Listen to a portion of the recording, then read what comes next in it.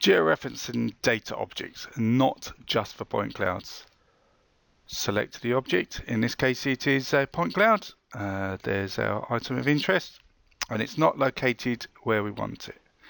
So we'd like to position it here inside this road structure.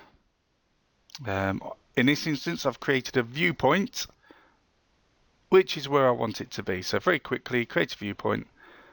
Okay, and quickly go back and forward. Select the object to move. Right-click, Georeference. Now we can move this pin, which is where the object will be dropped. You can double-click, you could zoom out, double-click to the other side of the globe, whatever. Going back to my viewpoint, double-click. And once we're ready, we press the Enter key on the keyboard. And there's our truck. Now we'll just do some minor positioning using the position tool. There's another video feature in this. Make sure we have the lorry selected. Okay, so now the movement lines are on the object we wish to move. Move it up, move it down. There it is. Turn the position tool off, and we're all done.